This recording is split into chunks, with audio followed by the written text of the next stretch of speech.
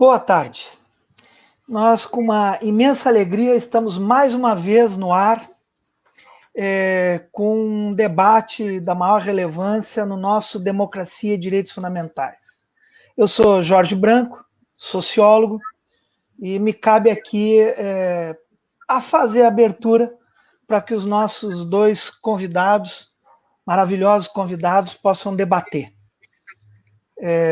Estamos aqui com o ex-ministro Tarso Genro, ex-governador do nosso estado, e membro do Conselho Curador do nosso Democracia e Direitos Fundamentais. E com o nosso professor Valério Arcari, membro da direção nacional do PSOL, doutor em História, viveu, conheceu e viu, testemunhou a própria Revolução dos Cravos. Neste um ano de Democracia e Direitos Fundamentais, coincidiu, convergiu com a proximidade dessa data da Revolução dos Cravos, e consideramos ela um paradigma para a luta política, não só para a luta democrática, mas também para a utopia da transformação radical, utopia revolucionária, das ideias do socialismo. É uma revolução que ainda está para ser compreendida em todo o seu significado. Estamos no ar, mais uma vez, com os nossos parceiros de sempre. O jornal Brasil de Fato, o jornal Rede Soberania, o nosso Instituto Novos Paradigmas e a página do ex-governador e ex-ministro Tarso Genro e hoje também do deputado estadual Luiz Fernando Mainardi. Eu queria inicialmente, antes da gente começar o debate, agradecer muito ao Tarso e ao Valério Arcari por estar aqui conosco. Espero que vocês se sintam em casa aqui nesse debate, em especial Valério Arcari, que está a primeira vez conosco. Ministro Tarso, vou iniciar hoje aqui com o professor Valério Arcari, que, como sabemos, tem produzido, refletido. A nossa ideia não é fazer um debate sobre a história, mas é trazê-la para os nossos desafios.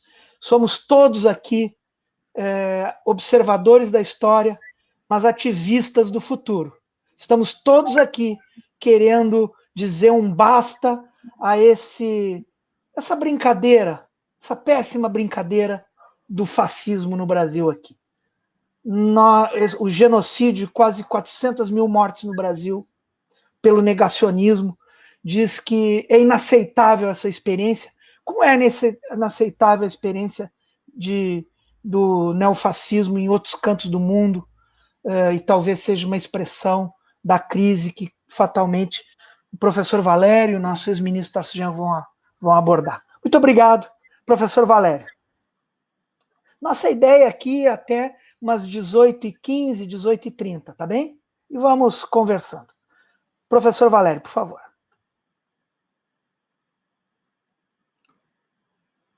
Está desligado seu microfone, professor. Agora sim. Boa tarde, Jorge. Aquele abraço, Tarso, aqui de São Paulo, para vocês aí no Rio Grande. Vamos falar da Revolução Portuguesa, da Revolução dos Cravos. Vocês sabem, já se disse que as revoluções tardias são as mais radicais. Naquele 25 de abril de 74, ruiu a mais longeva, a mais antiga ditadura do continente europeu. Ela sobreviveu no poder longos, dramáticos, 48 anos, o intervalo de 2 gerações. E naquela madrugada, a rebelião militar, organizado pelo Movimento das Forças Armadas, uma articulação dirigida pela oficialidade média, profissional das Forças Armadas, evoluiu em poucos meses, depois de constituída um núcleo central, para uma conspiração insurrecional. E a sua vitória foi fulminante. Abatida militarmente por uma guerra sem fim, exausta politicamente pela ausência de base social interna, esgotada economicamente, porque o país vivia numa pobreza que contrastava com o padrão médio dos países, mesmo no Mediterrâneo europeu, e, sobretudo, cansada, esgotada culturalmente pelo atraso, obscurantista, semi-medieval, que contrastava com o desenvolvimento cultural do pós-guerra. Em poucas horas, o regime de Marcelo Caetano, herdeiro de Salazar, ruiu e aceitou a rendição incondicional. E, nesse momento, Lisboa se transformou na mais livre de todas as cidades do mundo. A Revolução Militar se transformou em Revolução Democrática. E, em poucos dias, milhares, dezenas de milhares de pessoas saíram às ruas, culminando no 1º de maio de 74, que foi objeto de um documentário extraordinário do nosso Glauber, que estava em Lisboa, morava em Sintra. Documentário disponível hoje na internet, O Povo e as Armas. Se realiza no 1º de maio uma manifestação com mais de 250 mil pessoas nas ruas de Lisboa, que recebe todos os exilados e os presos que são libertados em poucos dias das cadeias da ditadura. O processo da Revolução Portuguesa ele se desenvolve depois ao longo de 18 meses de uma forma crescentemente radicalizada. Ele tem, grosso modo, 3 grandes etapas. A primeira etapa é breve, é o período em que Spínola, que assume a presidência da República, como uma decisão do MFA, conspira para garantir que a eleição presidencial fosse antes da eleição para a Assembleia Constituinte, porque ele aspirava a um projeto bonapartista. Este projeto fracassa, o primeiro-ministro do primeiro governo provisório, Palma Carlos, renuncia em poucos meses. Spínola permanece na presidência, mas continua conspirando contra a decisão do segundo governo provisório, que assume como primeiro-ministro o Vasco Gonçalves. Ele passa a conspirar agora com o projeto de um golpe de Estado.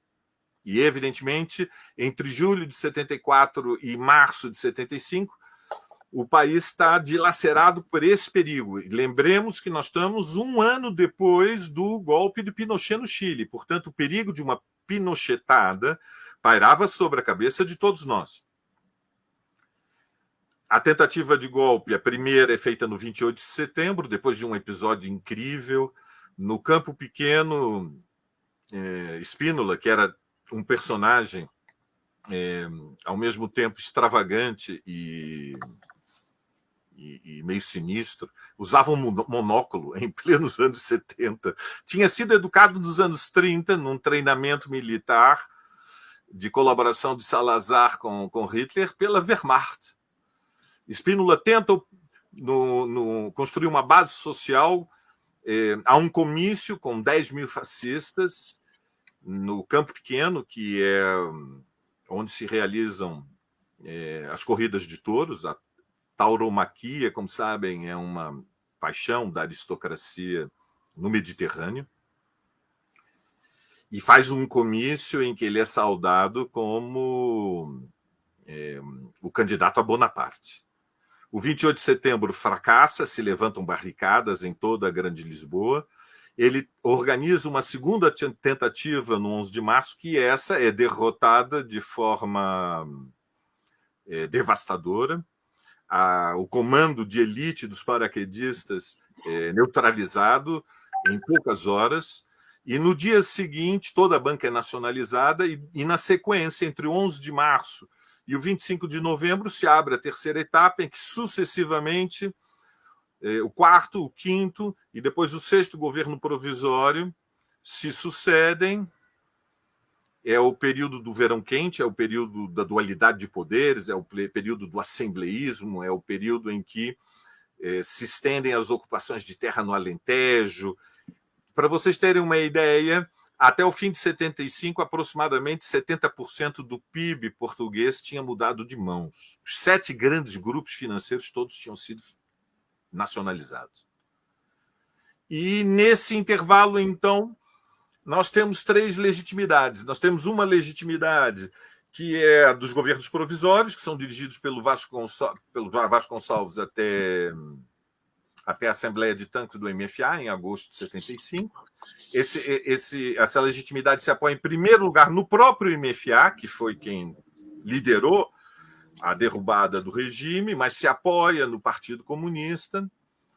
E temos uma segunda legitimidade que vem da Assembleia Nacional Constituinte, que é eleita no dia 25 de abril de 75, e na qual, para uma certa surpresa, o Partido Socialista tem a maior votação, supera os 35% dos votos, e o Partido Comunista, que era, nesse momento, proporcionalmente ao que era Portugal, provavelmente o mais poderoso do mundo, só veio, creio, a ser suplantado posteriormente, foi antecedido em grande medida pelo Partido Comunista Italiano, e depois, uns 10 anos depois, foi suplantado pelo Partido Comunista da África do Sul. Mas no calor do processo revolucionário, o Partido Comunista era uma organização com 100 mil militantes.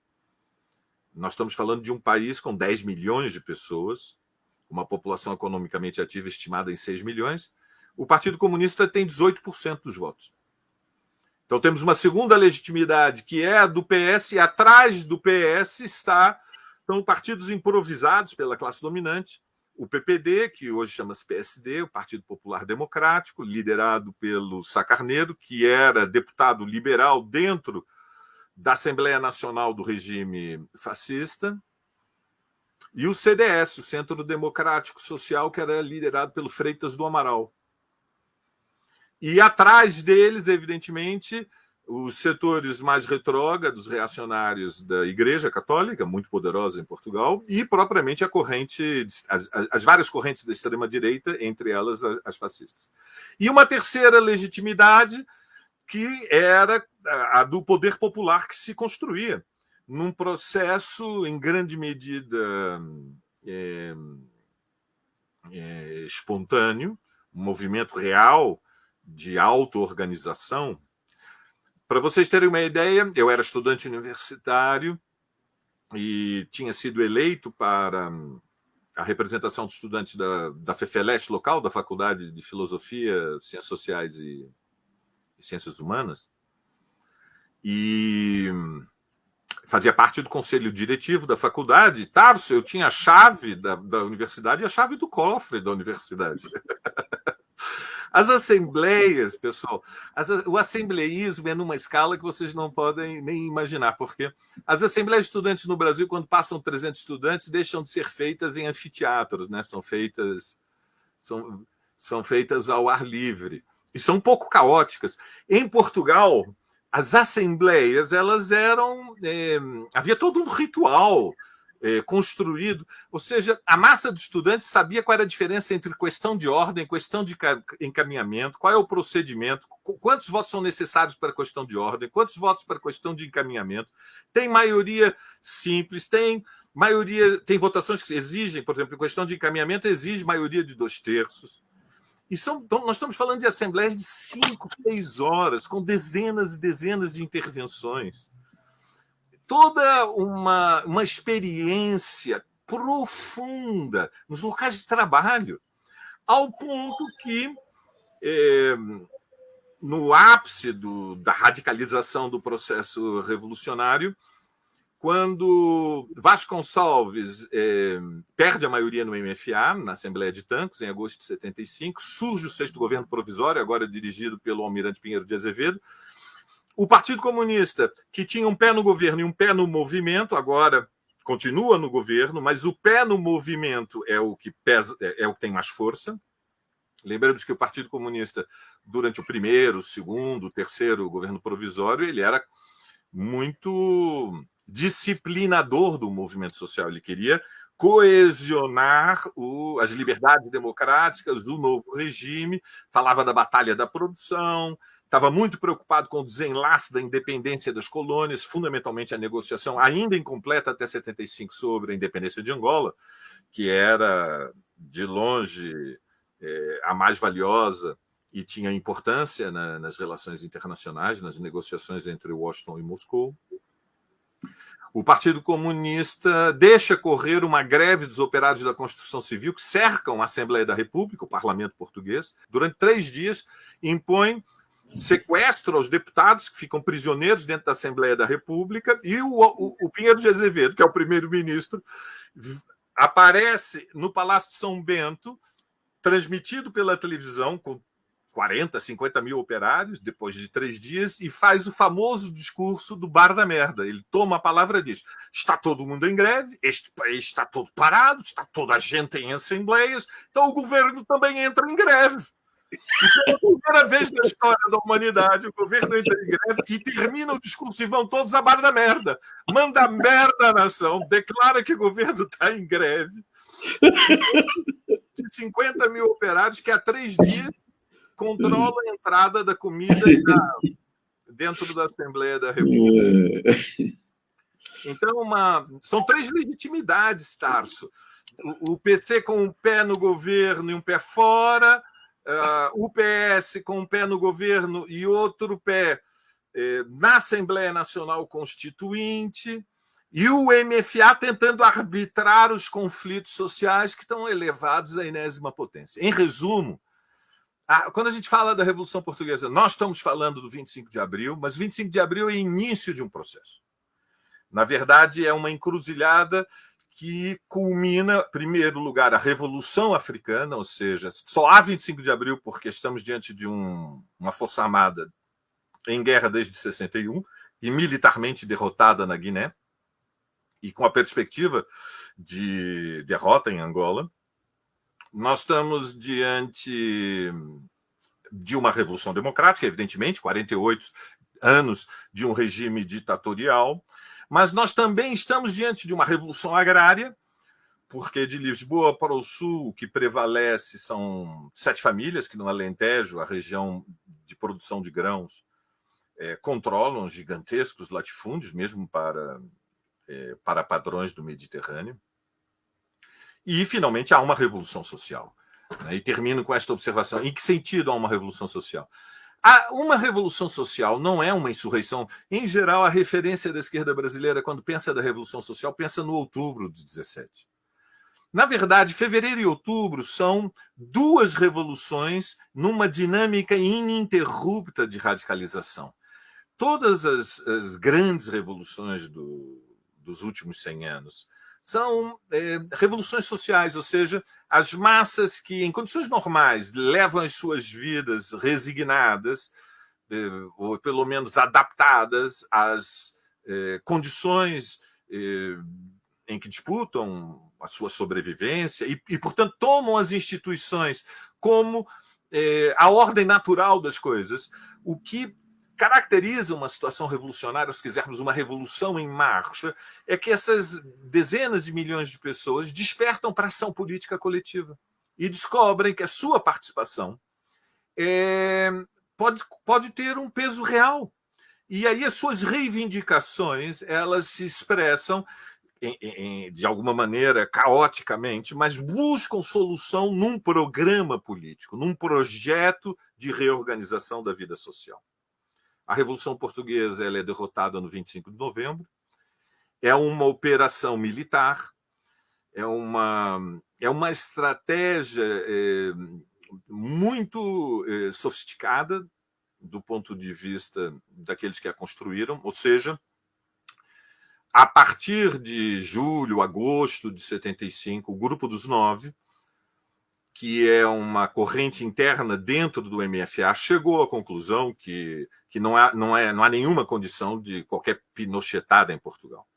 Aliás, Carlucci, que era o embaixador do governo norte-americano em Portugal, depois escreveu livros de memórias sobre a sua experiência na Revolução Portuguesa. Não por acaso, depois foi embaixador do governo norte-americano também, em Manágua, na Nicarágua.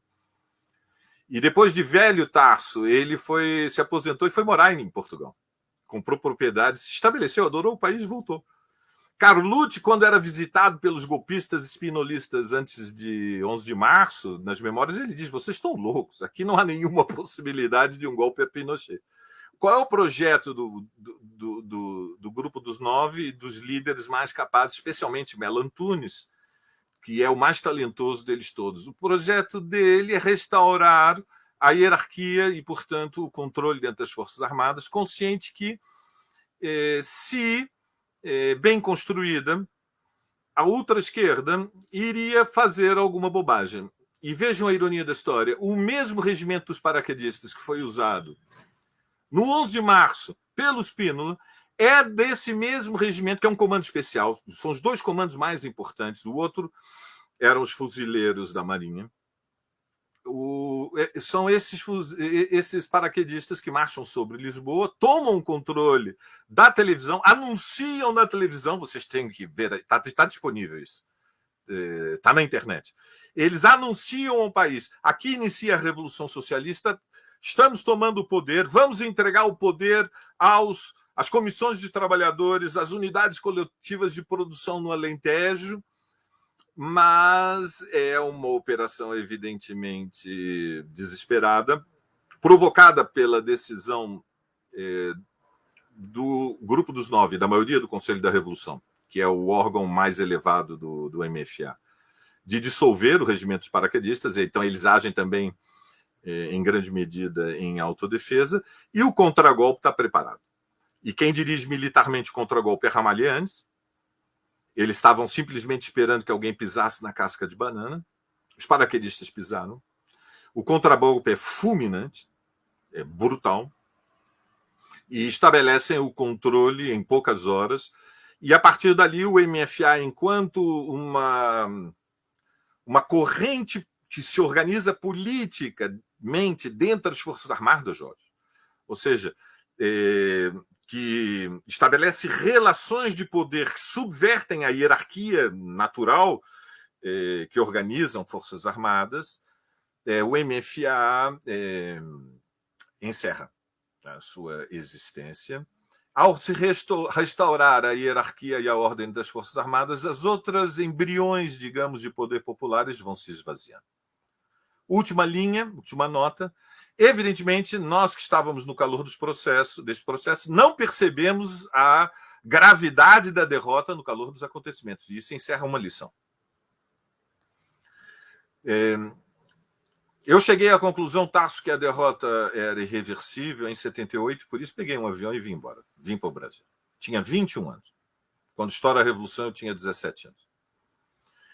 Foram necessários 3 anos para que ficasse claro que o 25 de novembro tinha decidido que o destino de Portugal era a integração na União Europeia.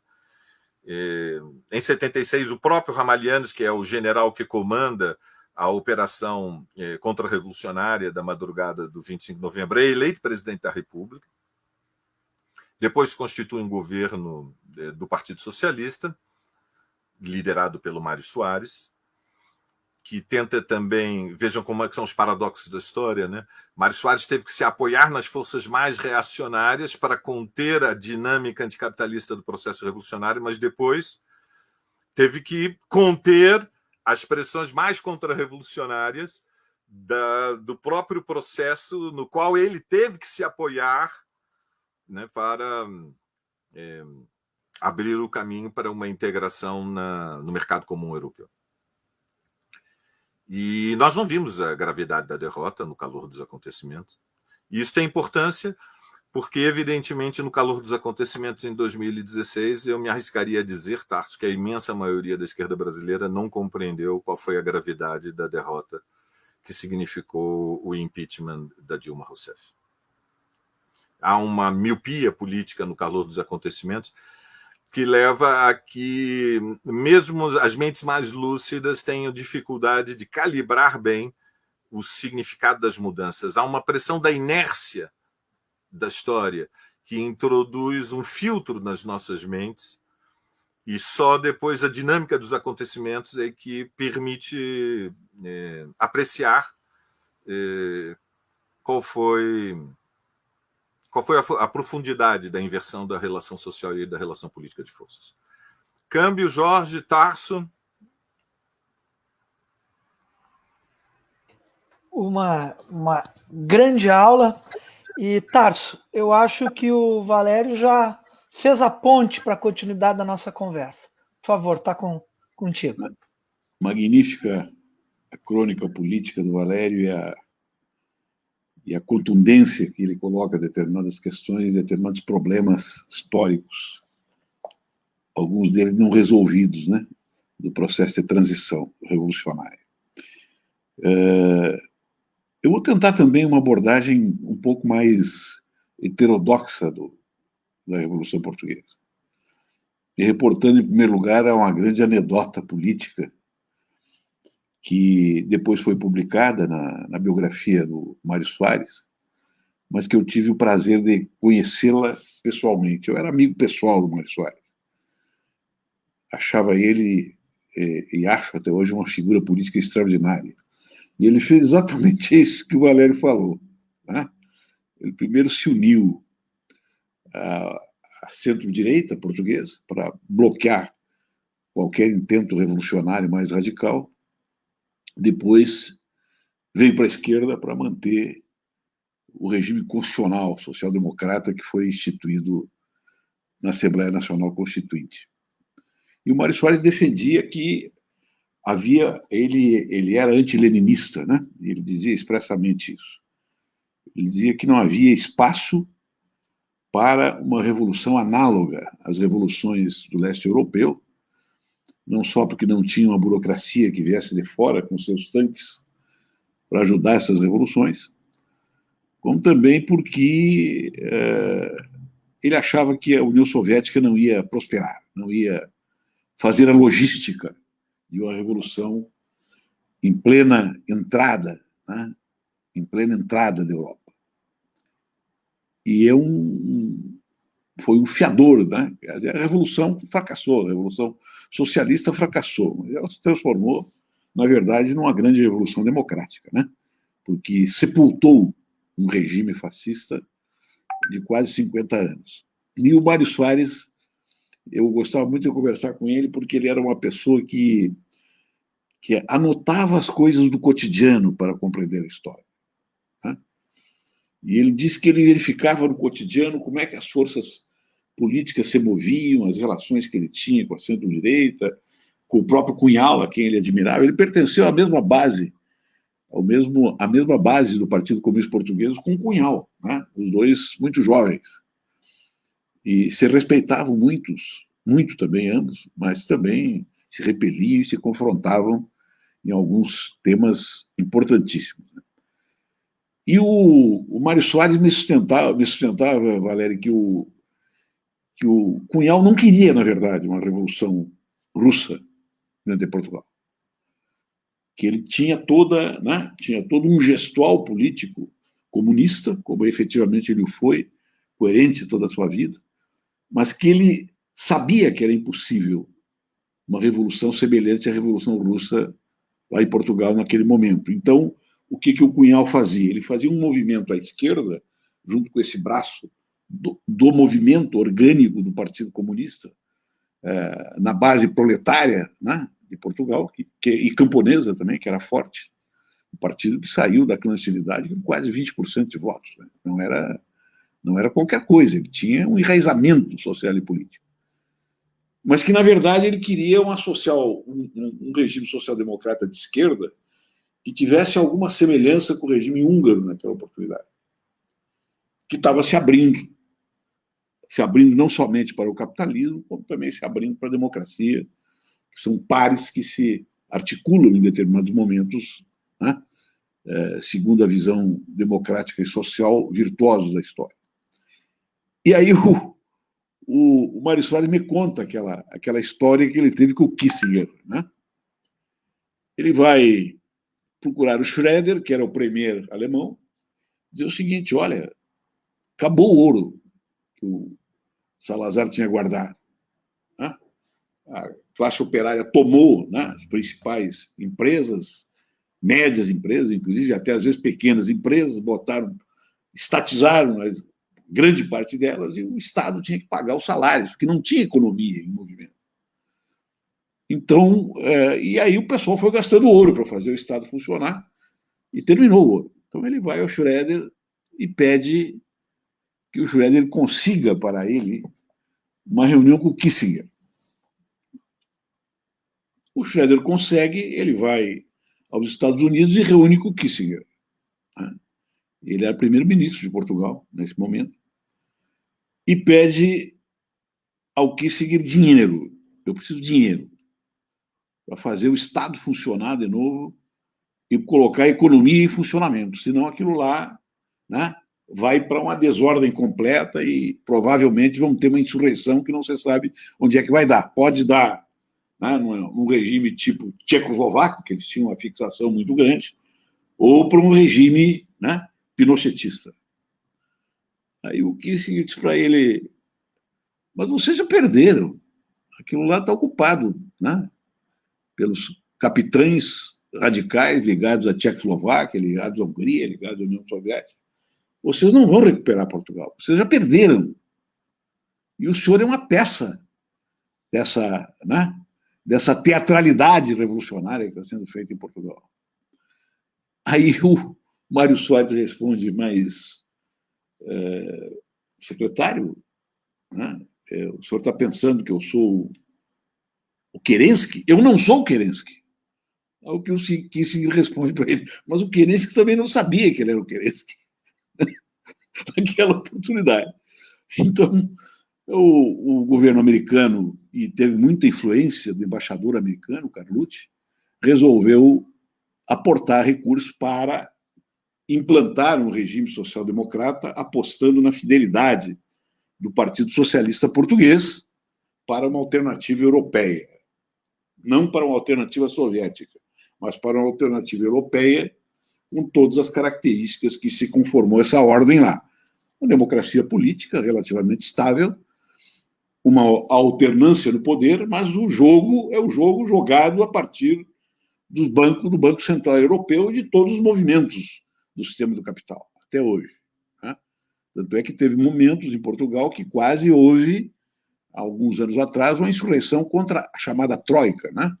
Que eram os representantes da União Europeia lá controlando o governo conservador e bloqueando, inclusive, as conquistas sociais-democratas que a Revolução tinha legado. Tem um conflito aí que eu acho interessante, que nós da esquerda e nós que temos uma formação marxista, ou neomarxista, ou ancorada, né, marxiana, pelo menos, é que o confronto entre o cotidiano e a história que existem nos movimentos revolucionários. Tem no começo das revoluções, uma energia social e política e uma mobilização subjetiva extraordinária das consciências, né? Que as pessoas passam 20 horas sem dormir, 15 horas reunidas e projetando, né, a utopia revolucionária a partir destas relações do cotidiano. Ordinariamente estão fora da produção. E isto gera um certo enlevo revolucionário que bloqueia a formação de uma nova ordem sistêmica. Não tem revolução que tenha perdurado que não tenha formado uma ordem, um sistema de poder, o monopólio da força pelo poder, o exercício legítimo da força reconhecido pela maioria da população para exercer um poder político. Isso em Portugal não se montou a partir da base, de baixo para cima e dos movimentos reais. Se montou através de um processo constituinte. Eu quero lembrar que na Constituinte, né, da União Soviética, a Constituinte russa, a Assembleia Constituinte, ela foi fechada. Ela foi fechada porque ela bloqueava a energia revolucionária a se constituir como poder. Lá em Portugal, ela não foi fechada, ela foi promovida e foi uma solução para fazer um reencontro entre o cotidiano e a história. Porque as massas cansam, as pessoas cansam. As pessoas querem ter uma vida comum, as pessoas querem ir para casa, querem fruir os frutos da Revolução, querem descansar, querem celebrar, querem amar, querem viver. Né? Porque todo o impulso revolucionário é um impulso existencial extraordinário em busca da utopia, né? Que busca a igualdade, que busca a liberdade em todos os planos, que busca, né, uma vida frutífera, né, uma vida cultural altiva, né, e digna, e que vai se esgotando com o esgotamento dessas energias eventuais, né, essas energias potenciais e colocadas na prática através da erupção revolucionária. Eu tive o prazer de conhecer algum desses líderes, né? Líderes do movimento estudantil, militantes do movimento estudantil, como o Valério Boaventura Souza Santos também, que eu acho que é um pouco mais velho que tu, mas é teu contemporâneo em termos. Eu tive mais de 3 ou 4 reuniões com os principais generais da Revolução, às vezes que eu fui lá, conversando com eles detidamente, um deles, né, o general Vasco, naquela época general, depois rebaixado, né, no contrafluxo, coronel Vasco Lourenço, é um grande amigo que eu tenho hoje em Portugal, estive com todo o grupo dele lá no centro 25 de abril, e tive uma experiência extraordinária de relacionamento político com pessoas que vieram de dentro de uma guerra, militares que lutavam, né, supostamente defendendo o seu país no sistema colonial, e que tiveram a sensibilidade, através do MFA, e o grande líder do MFA, o grande intelectual do MFA, foi o Major Melo Antunes, efetivamente, que vieram para se organizaram na metrópole para fazer uma revolução. E as Forças Armadas não só admitiram, como promoveram muito dos quadros intermediários, e alguns generais, né, como o general Vasco Gonçalves, estimulava a participação de baixo para cima até o momento em que tem que se montar um poder e tem que se transformar o cotidiano das massas, né, daquela subjetividade revolucionária para poder produzir, para poder trabalhar, para poder responder para a sociedade, em última análise, como ter uma nova vida. E esta é a etapa mais difícil. Né? É a etapa mais difícil de um processo revolucionário que o capitalismo, e particularmente o projeto neoliberal, responde de uma maneira concreta, responde de uma maneira prática. E diz o seguinte: o lugar não é para todos. Suprimam o outro e vocês terão uma boa vida. Né? É isto que é colocado na cabeça das massas populares, esse grande equívoco, né, de que as pessoas podem viver oprimindo outras e suplantando outras e absorvendo outras e, no limite do fascismo, matando outras para poder ter uma vida boa. Tá? Este enigma dos processos revolucionários é um enigma torturante, né, para quem, como nós aqui, participou e participamos de todo um processo político e que vemos hoje o nosso país, né, arquivando as utopias, mas também tentando reerguê-las, tentando reconstruí-las. Eu acho que a Revolução Portuguesa ela deixou coisas extraordinárias. Né? Esta movimentação, eu tive lá logo depois da Revolução, uns 4 anos depois, e eu me lembro que a política ela transitava nos balcões das lojas, nos balcões dos bares, nos balcões das lancherias. Eu estava no centro de Lisboa conversando, né,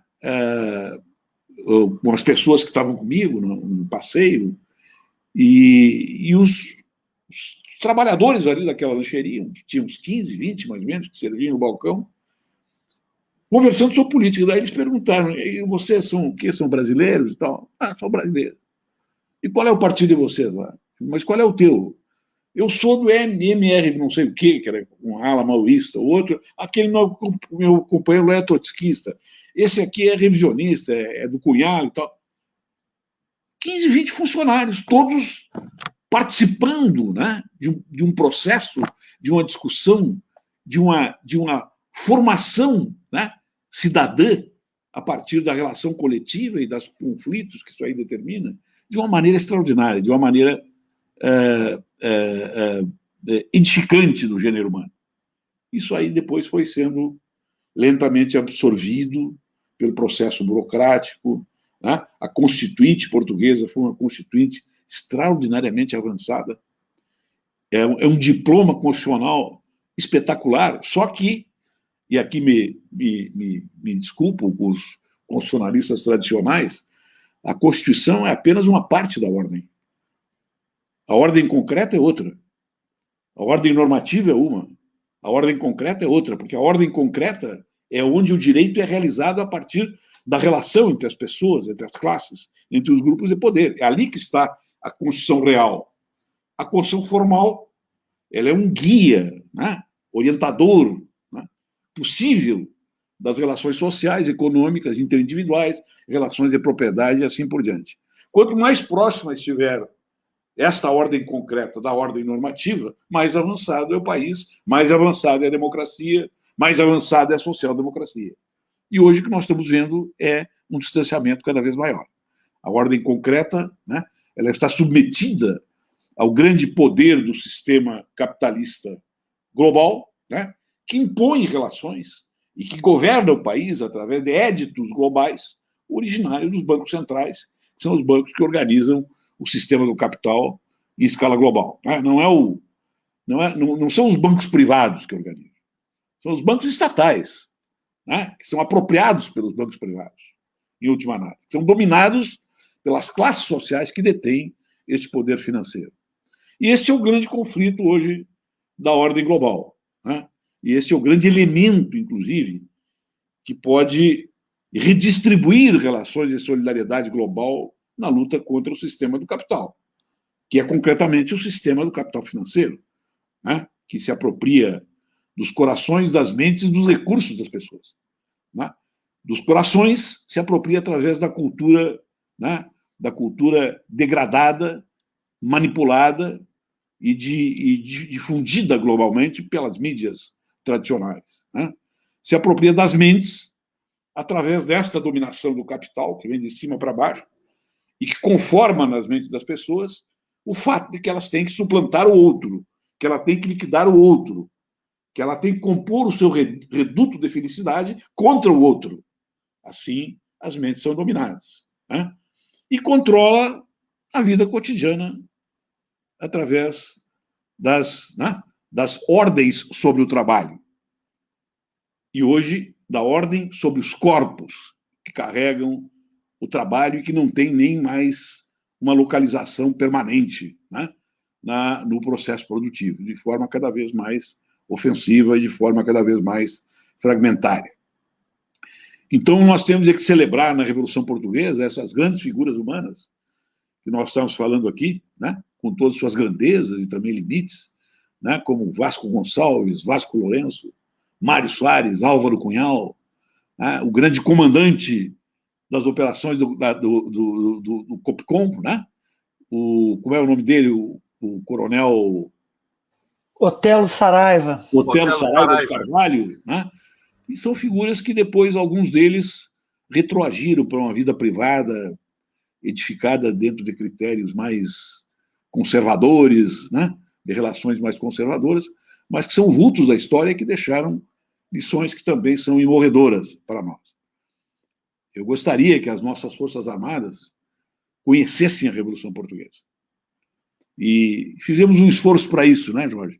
Fizemos algumas lives aqui que envolveram militares que comandaram a Revolução Portuguesa, com pessoas que têm vínculos aqui políticos, inclusive, com as Forças Armadas do país, para que a gente possa fundir, né, esta grande revolução democrática com as aspirações sociais agora muito mais profundas e radicais do que naquela época. Naquela época, bastava ser social-democrata para ser revolucionário. Hoje, a social-democracia foi para o centro, foi para a direita, grande parte dela, né, e isto não basta mais. Temos que pensar um mundo novo de uma maneira diferente, mas nos inspirar muito, não somente naquilo que ocorreu nos grandes primeiros períodos da Revolução Soviética, como também nas grandes transformações democráticas que ocorreram em Portugal na Revolução dos Cravos. Então, essa fica a minha contribuição, provocação a brilhante exposição do querido companheiro Valério Arcari. Muito bem. Tasso, fazer 3 notas sobre a tua intervenção, muito estimulante.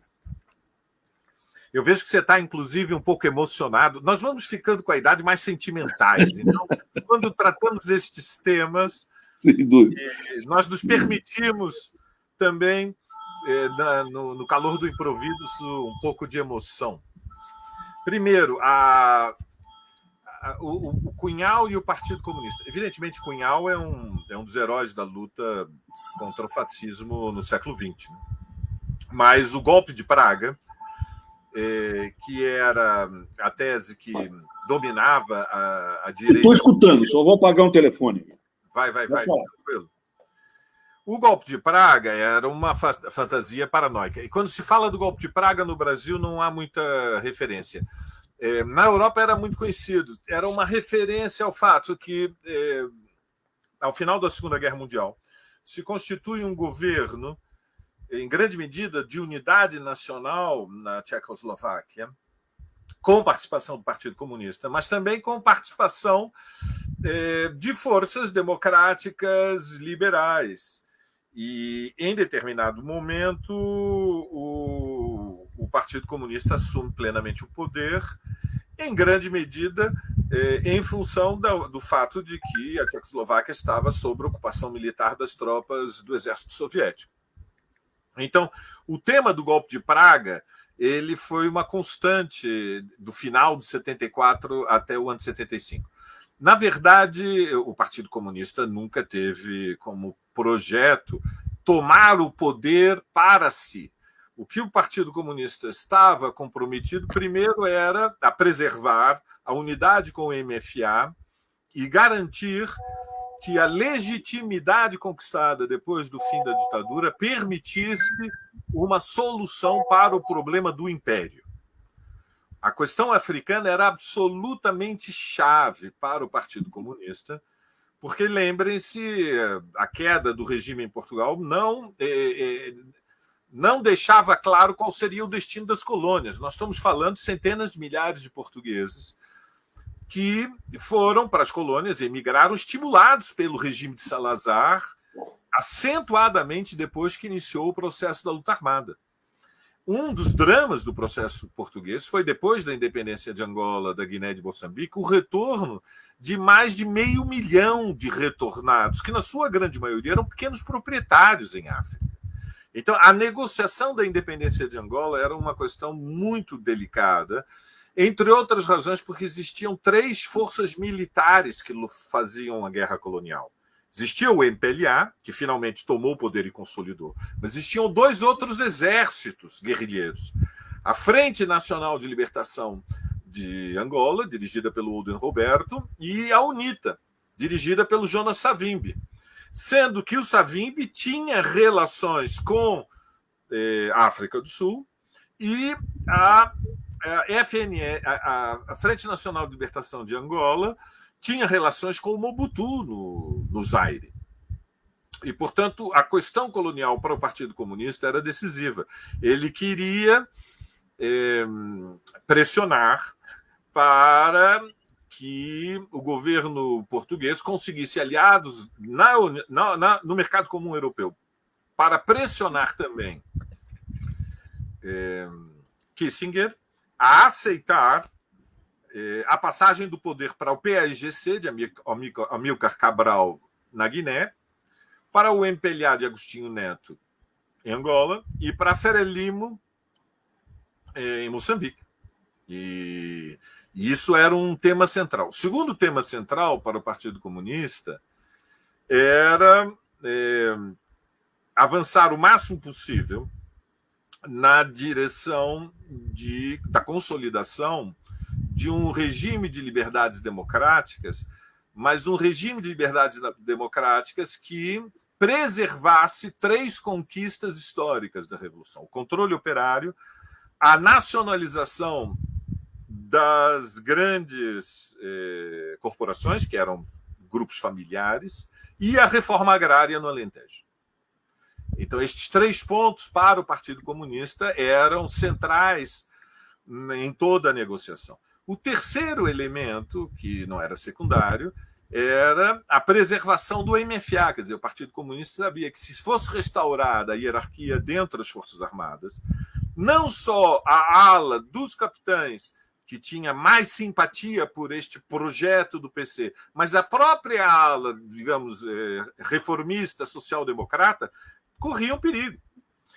E de tal maneira era sofisticada a orientação do Cunhal, que quando o Partido Socialista e Mário Soares rompem com o 5º governo provisório, e Mário Soares convoca as manifestações da Fonte Luminosa, e nas manifestações da Alameda, da Fonte Luminosa, Soares consegue reunir 250, 300 mil pessoas, e, portanto, aquilo que era o monopólio das mobilizações de rua lideradas pelo PC ou influenciadas pela esquerda radical.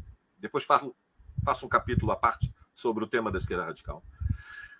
A partir da Fonte Luminosa, Tarso, o Soares ele coloca massa na rua.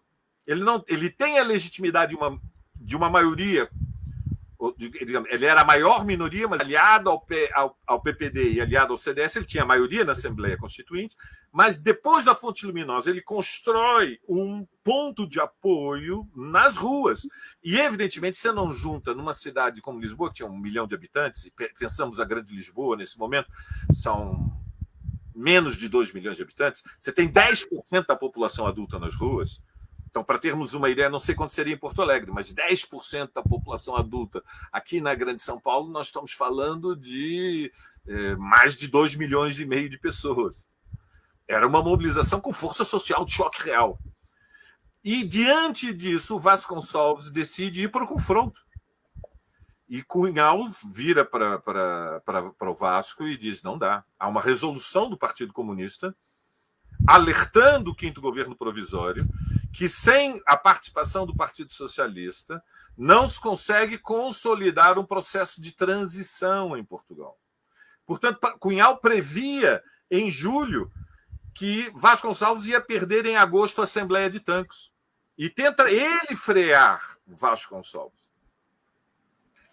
Evidentemente, o processo foi, desse ponto de vista, muito tensionado, porque o Partido Comunista, embora fosse o maior partido da classe operária, ele dividia com o Partido Socialista a influência na classe trabalhadora. E a divisão, fratura da classe trabalhadora estabeleceu, a partir dali, já quais eram os limites da dinâmica do processo. Então, isso é uma primeira nota sobre o PC. Concordo inteiramente com a tua observação, e claro que o Soares era muito lúcido e sabia que Cunhal não ia querer, não estava disposto a um processo insurrecional como o processo de outubro, ele era plenamente consciente disso. Agitava, entretanto, o golpe de Praga, porque essa era o espantalho necessário para colocar em movimento ativo a base social para conter a dinâmica da dualidade de poderes. Mas o processo passou também dos limites para Soares. Assim como para o PC desbordava, para o PS também desbordava, Tarso. Então, depois da Fonte Luminosa, nós temos 2 meses em que, no norte do país, a esquerda é colocada na clandestinidade. Em agosto, setembro, outubro, a esquerda está na clandestinidade do Porto para o norte.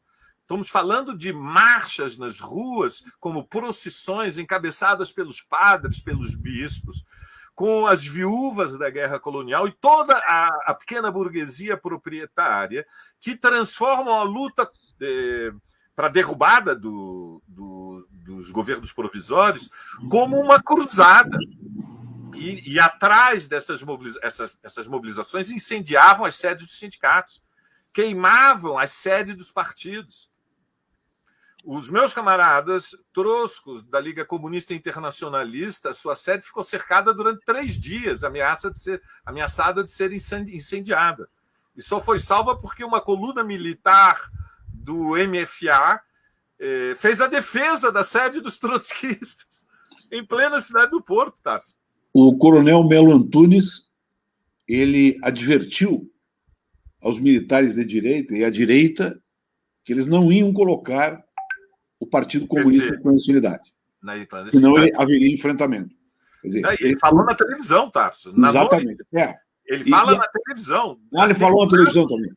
Eu sabia que ele tinha advertido, não sabia que era pela televisão. Então, né, aí um discurso estabeleceu-se o equilíbrio. Né? No 25 de novembro, ele diz: primeiro, houve contatos com a direção do Partido Comunista, evidentemente, mas na noite do 25 de novembro, depois de presos todos os paraquedistas insurretos, o Melo Antunes faz um pronunciamento à nação. É o Melo Antunes que fala, não é o Ramalhianes, não é o chefe operacional do golpe do 25 de novembro. É o Melo Antunes que faz o discurso dizendo não há democracia sem Partido Comunista, e o Partido Comunista continua com ministros no 6º governo provisório. No dia seguinte, reunião de Conselho de Ministros. E o Partido Comunista manteve uma posição. Uma segunda nota, mais breve, evidentemente, digamos, as 3 conquistas, né, só para fechar: controle operário, nacionalização, reforma agrária. O que a Revolução conquistou em 18 meses, foi precisa a reação, precisou de 18 anos para destruir, mas destruíram quase tudo, claro. Não há mais sombra de controle operário. As nacionalizações foram revertidas, inclusive foram pagas indenizações aos latifundiários e às suas famílias no Alentejo, e portanto, a reforma agrária foi anulada. A segunda nota, muito breve, eu não poderia deixar de fazê-la. Então, digamos, nós não temos Kerensky, mas também não temos Lenin e Trotsky no processo, né? Mas a segunda nota mais breve é sobre a esquerda radical, que um pouco é a minha turma, digamos, né? Em Portugal surge uma esquerda radical muito jovem, sobretudo depois de 68, na sua grande maioria, Tarso, muito influenciada pelo maoísmo, e você poderá compreender isso de forma generosa pela sua própria história política.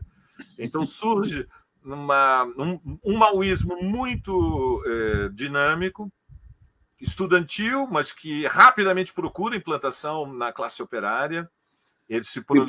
Depois nós tivemos um presidente do Conselho Europeu originário desses grupos maoístas, o Barroso. O Barroso. Você sabe que eu abandonei a universidade em Paris e fui fazer direito em Lisboa, né? Quando eu abandonei Paris e voltei para Lisboa, minha mãe pôs uma condição: mas então agora acabou a sociologia e vamos falar sério, certo? Vai estudar direito. Tudo bem. Tinha casa em Paris, a universidade era de graça, você entrou no bacalaureat, abandonou tudo e veio fazer a Revolução em Portugal, mas pelo menos vai para a faculdade de Direito. Adivinha quem eu encontrei na faculdade? Barroso. Barroso era do MRPP, o grupo mais pitoresco do processo revolucionário. MRPP, não era? Movimento Revolucionário do Proletariado Português. Reorganizativo do Reorganização. O MRPP era a organização da esquerda radical mais forte no dia 25 de abril, não sei se você... Depois deixou de ser. Depois passou a ser a UDP, que hoje é uma componente, né, se dissolveu, uma componente no bloco de esquerda, e que surgiu da atividade de um brasileiro, o nosso Arruda, o Diógenes Arruda, da direção do PCdoB, que estava na Albânia, foi para Lisboa, tinha 5 grupos maoístas, muito jovens, e ele é quem unifica, ele cumpre um papel, ele fica em Lisboa, ele articula, coesiona, forma uma direção, e a UDP supera o MRPP. O MRPP era um grupo de ultra-esquerda que aderia às posições de então hegemônicas na China, a teoria do social-imperialismo russo como sendo o principal inimigo. E, portanto, denunciava o Partido Comunista como social-fascista. Uhum. Cometeram o erro dramático de boicotar a eleição para a Assembleia Constituinte, porque eles queriam, veja só, Tarso, Jorge, você não vai acreditar, eles queriam que eles tivessem o monopólio da foice e do martelo. E foram para a briga jurídica pela foice e o martelo como símbolo, perderam e aí decidiram boicotar a eleição. Bom, com isso, o Arruda, que era vivíssimo, tinha unificado os vários pequenos grupos maoístas, e lança uma candidatura e elege um deputado para a Assembleia Constituinte, Acácio Barreiros se chamava, que tinha um protagonismo grande na Assembleia Constituinte. Tudo era passado, as sessões eram transmitidas na televisão e ele tinha muita visibilidade. E a esquerda radical estava também tinha a composição dos troscos, grupos de muito jovens. Eu era um adolescente imberbe, para você ter uma ideia, tinha 17 anos no 25 de abril, mas nós já tínhamos, nos anos finais da ditadura, uma atividade no movimento estudantil. Tínhamos constituído, eu fazia parte, havia 2 grupos, o grupo que eu fazia parte chamava-se Grupo Marxista Revolucionário, era um grupo muito sério, como você vê, com um nome muito humilde. A outra corrente também, com um nome muito elegante, chamava-se Liga Comunista Internacionalista. E nós organizávamos nós éramos muito influentes nos secundaristas e tínhamos durante o processo ganhamos uma audiência na universidade. E o que era divertido, tudo isso para contar uma anedota, na verdade. Porque quem quiser ler depois os detalhes pode procurar os ensaios, eu escrevi vários sobre a Revolução Portuguesa, mas a anedota não vou perder nesta sessão.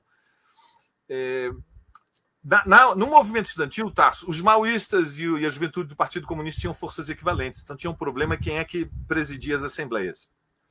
Porque, lembra, uma parte dos maoístas chamavam os do PC de social-fascistas, e, portanto, facilmente os ânimos ficavam descontrolados, exaltados não define. Né? Às vezes a gente acha que a esquerda brasileira é muito sectária. Bom, eu costumo brincar, vocês não têm ideia do que é sectarismo. Vocês não sabem o que é sectarismo. Eu vi na Itália, eu viajava, era fácil eu viajar quando estava em Paris, depois fui para Lisboa. Eu fui uma vez a uma assembleia estudantil em Roma, que entra uma coluna da extrema-esquerda radical que eles gritavam pistre, pistre, pistola, pistola, pistre, pistre. Depois entravam os troscos gritando Lenin, Trotsky, bolchevismo, Lenin, Trotsky, bolchevismo. Eu nunca vi nada parecido. A Itália, com aquela alma inquieta e apaixonada dos italianos, supera tudo. Bom, aí as assembleias era preciso resolver. E então, como nós tínhamos vencido as eleições na Faculdade de Letras, mas os maoístas dominavam no técnico, nas engenharias, dominavam em econômicas. Então, a solução do acordo é que um dos troscos tinha que presidir as assembleias da academia. E aí me coube a mim cumprir essa função, porque eu tinha habilidade com o regimento das assembleias. Dominava bem o regimento. Então, sabia interpretar quais eram as regras do debate. Infelizmente, isso custou a minha mãe ser removida para Copenhague, coitada, porque tinha centenas de policiais brasileiros seguindo toda a imigração brasileira, que foi para Lisboa, né? Toda a imigração brasileira da Europa fugiu do frio e foi para Lisboa.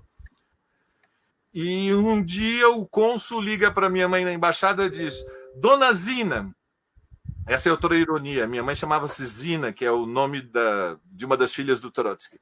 Ela escapou, ia ser Ambrosina, mas tiveram piedade, puseram só Zina. Dona Zina, o seu filho preside a Assembleia dos Estudantes, até eu que sou o cônsul já sei. A senhora está numa fria terrível. Aí a minha mãe ligou para todos os contatos da família Montarroz no Itamaraty para evitar o pior, mas não teve jeito. Dinamarca, Tarso! Ela, mas que desgraça! O que eu vou fazer na Escandinávia? Só tem vikings e pinguins na Dinamarca, língua impenetrável. E eu fui culpado. Demorou, minha mãe andou pegando missões nos lugares mais absurdos para fugir de Copenhague e depois conseguiu, felizmente, a remoção para Barcelona. Mas, enfim, esta anedota só para ilustrar que a esquerda radical tinha uma presença, teve grandes iniciativas, como os Soldados Unidos Venceremos, que foi um movimento de organização dos soldados sindical, que organizou uma manifestação armada, é um dos momentos mais altos da Revolução Portuguesa, uma manifestação armada de soldados, não de oficiais médios, de soldados e marinheiros, pelas ruas da capital, com tanques e com os fuzis, com armas automáticas. É um pecado porque foi a única vez que eu fiz parte de uma passeata com tanque e não tirei a foto com o G3, com a arma automática na mão, que Seria gloriosa. Você imagina, todo aniversário meu ia mandar para vocês uma foto em cima de um tanque com uma G3, mas não há fotos para documentar, eu conto e ninguém acredita, porque eu sou um idiota. Jorge Câmbio. Eu tenho que parar de rir primeiro. É a primeira vez que o tanque não vem contra. Olha, tá espetacular. E não para tratar deles, porque é impossível. Mas eu fui anotando todos os pontos que nós poderíamos escolher aqui, para lá ou para cá, para continuar essa nossa conversa. A África colonial, processo de guerra. Aliás, quando Portugal inicia, o salazarismo inicia a mandar tropas em profusão a partir de 61 e 62, início da guerra, o embaixador nos Estados Unidos, em Portugal, em Lisboa, chama Charles Elbrick, que veio a ser em 1968 a 69, sequestrado por boa causa no Rio de Janeiro. A presença dele não é à toa. Os Estados Unidos, que depois gira sua política em relação ao colonialismo, e junto com a União Soviética condenam o colonialismo português salazarista na Assembleia Geral das Nações Unidas, né? É votado por unanimidade, como tudo naquele período. Então, o colonialismo, a Guerra Fria, enfim, abriríamos uma grande... A esquerda portuguesa, que vocês agora trataram, e uma esquerda que renitentemente continuou. A década de 90 ainda assiste ações armadas da esquerda portuguesa, desastradas, desastrosas, mas assiste. Inclusive, o comandante Otelo Saraiva é condenado em 1986, 87, por aí, posso não estar sendo preciso na data, condenado por ações, enfim, uma tentativa de retroceder num tempo, uma base de uma má interpretação do que já ocorria. Em 86, Portugal formalmente se incorpora à então União Europeia, chamava, se eu não me engano, Comunidade Europeia das Nações, alguma coisa assim, não tinha o nome de União Europeia, mas é o que veio hoje a ser a União Europeia. Entra formalmente em 86, logo depois adere ao euro e tudo que nós conhecemos. Mas eu queria puxar, inevitavelmente, para a situação da democracia em Portugal, mas aqui no Brasil. Todos esses temas que eu citei aqui, nós podemos abrir, e com vocês dois aqui, seria uma aula estupenda, e nós chegaríamos, provavelmente, na data do 50º aniversário da Revolução, ouvindo vocês. Mas eu queria propor que vocês comentassem um pouco agora os desafios para a democracia, que vocês já falaram, mas que pudéssemos falar simultaneamente do futuro da democracia em Portugal, a experiência de uma aliança ampla e o tema da aliança da esquerda, que ambos, por construções teóricas semelhantes, mas não iguais, vêm tratando nos seus artigos, na sua militância, ora como frente de esquerda, ora como frente única de esquerda, o tema, enfim, do fato decisivo para a conjuntura das decisões do STF que reabrem a perspectiva de uma vitória da centro-esquerda e da esquerda no Brasil com o Lula, obviamente. Eu queria propor, se vocês concordarem, que a gente abordasse um pouco esse tema, em certa medida, as lições da Revolução e a resiliência das ideias e dos ideais de Abril para a nossa atualidade. Quem quiser falar, se apresente aí. Eu vou dizer duas palavras aí, Jorge, até porque nós estamos já no limite aqui da nossa conversa, né? E para variar, eu tenho outra live também, daqui uns 20 minutos. É a hora que o pessoal marca, né? Sempre 6, 7, 8 horas, e a gente vai concentrando muito nesse horário. Mas, brevemente, eu acho que a tua indagação é importante, brevemente, eu quero arriscar um palpite estratégico, né?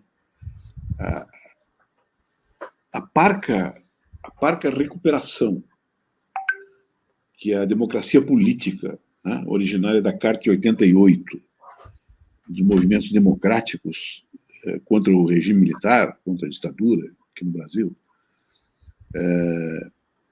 a parca recuperação que ela pode ter depende de uma ruptura e da nossa capacidade de organizar um bloco para que essa ruptura ocorra e depois atuar independentemente dessas forças políticas que devem romper, que é proporcionar uma ruptura da aliança da lumpenburguesia e desse lumpesinato de classe média e classe média baixa, articulado em torno do Bolsonaro e sua família, com o capital financeiro, que é quem promove as reformas aqui no Brasil.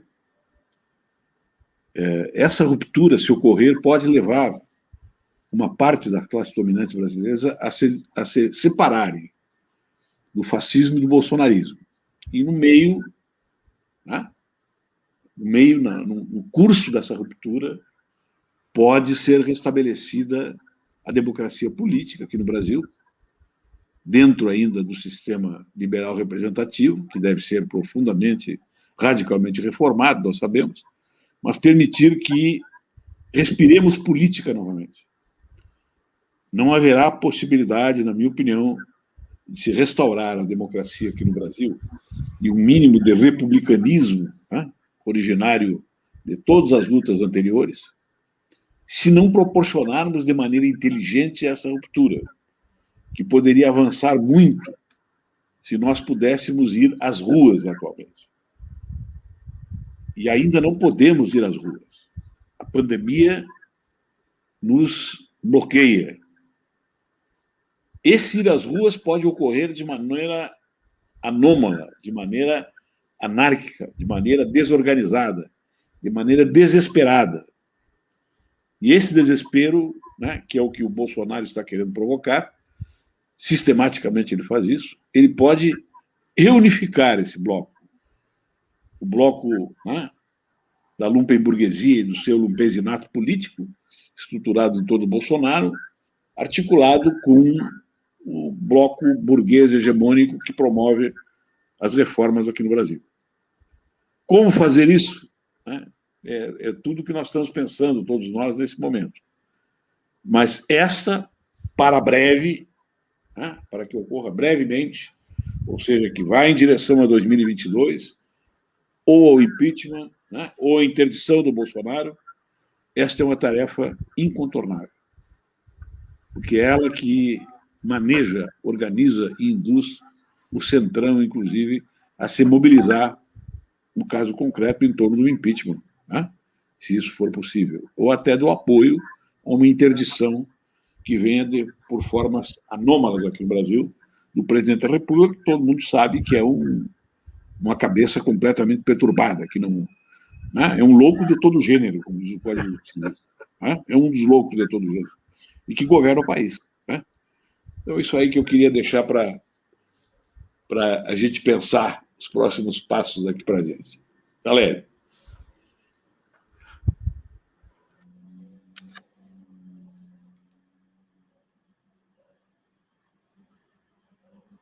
O microfone, Valério, ficou fechado, não ouvimos nada. Opa, desculpem. Eu estava dizendo, Tarso, que ele é um maníaco, o Bolsonaro é realmente um maníaco. Olha, fazendo um certo paralelo com a experiência portuguesa, eu diria o seguinte: para Portugal, o governo Passos Coelho foi uma tragédia histórica e produziu um trauma, porque os ajustes exigidos pelo plano de austeridade, que significava uma nivelação das condições materiais de vida. Em linguagem marxista, nós chamamos das unidades de trabalho, né? Era dramático, era uma nivelação que arruinou a vida de milhões de pessoas. O desemprego disparou, os ataques ao funcionalismo público e aos pensionistas e reformados e aposentados foi dramático. E foi, em grande medida, um trauma histórico, Jorge. Veja, o trauma histórico é um conceito teórico. Significa que a sociedade suporta muito, as massas aguentam muito, mas muito. As massas imersas na luta diária pela sobrevivência, elas rangem os dentes, mas seguem em frente até um ponto que é intolerável. E quando esse ponto é intolerável, seja pelo sacrifício imposto por uma guerra sem fim, como foi a Guerra Colonial Portuguesa, seja o sacrifício imposto pela queda dos salários, pelo desemprego em massa, com a experiência do governo Passos Coelho, com a unidade toda a direita em Portugal. Seja agora com Bolsonaro. Nós estamos vivendo um trauma histórico. A pandemia como calamidade sanitária, como catástrofe social, como cataclismo, como hecatombe, se abate sobre a cabeça das pessoas como um martelo da história, né? Um martelo da história cruel. E eu creio, então, Tarso, que está havendo uma mudança no Brasil, como aconteceu contra Passos Coelho. É lento o processo, a extrema-direita tem base social de massas. Como você disse, na fórmula clássica do Marx, a massa da burguesia apoia Bolsonaro, mas o núcleo duro da classe dominante, o núcleo duro dos capitalistas, está se deslocando para uma oposição e já deu um sinal amarelo com o Manifesto dos 500. Em grande medida porque a gestão da peste, a incapacidade política de administração da pandemia, ela atingiu a Faria Lima, como se diz, atingiu o centro do poder. E a sociedade está atravessando o trauma histórico, e isso significa que nós vamos assistir, eu estou convencido, a uma transformação.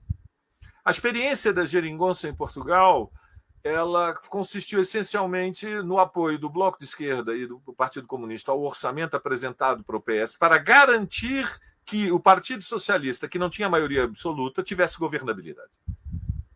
O Bloco de Esquerda e o Partido Comunista não entraram no governo do PS, mas não foram um obstáculo para que o PS pudesse governar. Não queriam ser um obstáculo, queriam ser um ponto de apoio para impedir que Passos Coelho e a sua coalizão permanecesse no poder. Então criou-se uma situação que a direita não perdeu as eleições, mas perdeu o governo. E se abriu uma oportunidade histórica.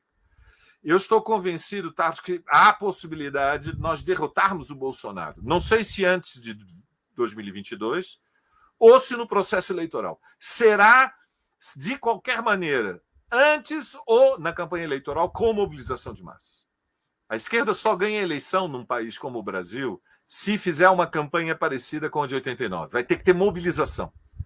Isso significa que a força social da classe trabalhadora organizada, força social de choque da classe trabalhadora organizada, nós vamos ter que colocá-la em movimento quando as condições, evidentemente, da quarentena permitirem, para deslocar as camadas médias. E eu diria, nesse momento, ao contrário de que pensa muita gente na esquerda radical, que é, neste momento, incerto o desenlace dessa luta. Bolsonaro não está caindo de Maduro, por enquanto. Oxalá venha a cair de Maduro e que seja mais fácil derrubá-lo. Neste momento, Bolsonaro ainda tem sustentação nas 4 alas do governo. Tem sustentação na ala liberal, ultraliberal do Paulo Guedes, tem sustentação na ala militar, tem sustentação na própria ala bolsonarista, que por eufemismo no Brasil se chama de ala ideológica, porque não pode dizer, né? A imprensa não aceita dizer que é ala neofascista, então diz é ala ideológica, e no centrão. E este equilíbrio das 4 alas ainda se mantém. A crise pode evoluir e nós abrimos um caminho. Aí o papel do PSOL e da esquerda revolucionária é, na minha opinião, ser um ponto de apoio na frente única. Significa que o PSOL caminha ao lado do PT e do PCdoB. O PSOL apoia os partidos, o PT, fundamentalmente, que tem mais capilaridade nacional, e tem Lula. E isso não é faz muita diferença pela audiência do Lula, sobretudo nos setores que a esquerda não atinge, que são os setores desse semi-proletariado informal, são as massas populares no Brasil. E eu creio que nós podemos pensar num programa de reformas estruturais com algumas medidas anticapitalistas que dialoga e aceita as reivindicações do movimento indígena, que aceita as reivindicações do movimento ambiental, ou seja, que está disposto a dizer que um basta às queimadas da Amazônia. Isso significa expropriar fazendas. Que está disposto a dizer que madeireiras invadindo terras indígenas é crime e tem que queimar todas as máquinas e tem que expropriar os fundos que financiam estas máquinas. Significa dizer para o movimento feminista que no Brasil nós vamos abrir um processo para a legalização do aborto. Vamos abrir. Vamos debater publicamente. Significa dizer que para a juventude que nós queremos uma sociedade que todos tenham acesso ao trabalho e aos estudos. E eu acho que nós podemos construir um programa que representa uma plataforma educativa que pode levar milhões às ruas, se não antes das eleições, durante o processo eleitoral. Eu não acredito que se diminua o PSOL, ao contrário, vai aumentar a autoridade do PSOL se ele se engajar na Frente Única de Esquerda e será compensado com a votação para os deputados federais e para os deputados estaduais. E, portanto, o PSOL sairá também fortalecido dentro de uma unidade eleitoral. E, portanto, eu olho para o futuro ainda muito preocupado, mas com esperança. Porque podemos avançar juntos contra um inimigo perigoso. Repito, nada é mais importante que derrotar Bolsonaro. E essa luta ainda está por ser vitoriosa. Tem que se construir as condições para derrotar Bolsonaro. Porque existe a outra possibilidade, Tarso. É a reeleição do Bolsonaro. E imaginemos o que seria o Brasil com mais 4 anos de Bolsonaro. Então, o Bolsonaro está se enfraquecendo. Não foi derrotado. E um inimigo encurralado é muito perigoso. O inimigo encurralado, ele enrijece. E por isso nós temos que ter a lucidez de ver como avança, como varia a relação de forças, tal como ela é. Sem projeções por antecipação. Porque tem muita gente na esquerda radical, Tarso, que já está preocupado em como é que vai ser oposição de esquerda ao próximo governo Lula. Esqueceu que nós temos é Bolsonaro. O que nós temos é um governo de extrema-direita dirigido por uma ala neofascista. Câmbio, Jorge. Muito obrigado, professor Valério Arcari. Chegamos ao fim aqui no nosso tempo. Nós estamos, Valério, registrando aqui o primeiro ano de nossa iniciativa, que é coordenada pelo Tarso, nosso Democracia e Direitos Fundamentais, e vou pedir que ele encerre, mas não sem antes fazer o registro de agradecimento à tua disposição, que foi imediata, agradecer a umas pessoas que são muito importantes cada vez que a gente faz, agradecer ao Guilherme Gomes, nosso jornalista que está aqui operando e nos colocou no ar, agradecer a jornalista Sandra Bittencourt, que é diretora de comunicação do Instituto Novos Paradigmas, agradecer a jornalista Kátia Marco, que é editora do Brasil de Fato e da Rede Soberania, ao doutor Rogério Coelho, também um dos idealizadores e o grão-mestre da nossa iniciativa. E, mais uma vez, muito obrigado por essa oportunidade. Antes de passar ao Tarso, só queria que eu dei uma olhadinha nas mensagens e no momento que tu fazia referência ao nosso primeiro-ministro português que declarou greve do governo, o nosso companheiro e amigo Lauro Vitória escreveu aqui no DDF: pior é o governo brasileiro que está de greve desde sempre. Tarso, Valério, muito obrigado. Tarso, para o nosso encerramento. Está de greve para o bem, né? Para o mal está em intensa atividade. Então, o meu abraço ao Valério, é sempre um enorme prazer conversar com ele, tem uma riqueza expositiva, extraordinária, além de ser um grande companheiro, um grande amigo, que sempre produz não só história, mas também humor naquele sentido filosófico da expressão, para nos situar nas agruras e nas grandezas da luta política. Então, obrigado, Valério, obrigado, Jorge, e vamos continuar a nossa jornada e a nossa luta. Um abraço a vocês. Tchau. Fora Bolsonaro. Tchau.